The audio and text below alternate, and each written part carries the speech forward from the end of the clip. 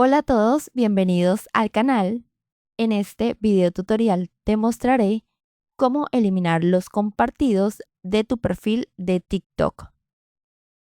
Para comenzar, lo primero que debemos hacer es abrir nuestra aplicación de TikTok. Una vez estemos en el inicio de nuestra aplicación, vamos a dar clic sobre el icono de perfil.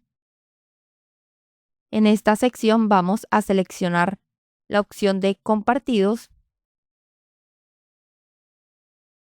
En esta sección aparecen todos los videos que hayas compartido. Ahora, para eliminarlos, solo debemos dar clic sobre el video que queremos eliminar. Damos un clic sostenido en la pantalla.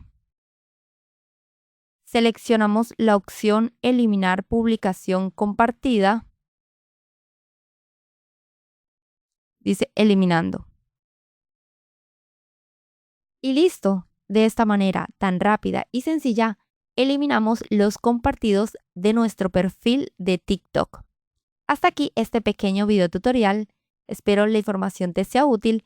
Si el video te gustó, no olvides darle like y suscribirte para recibir más contenidos de valor. Nos vemos en un próximo video. Muchas gracias.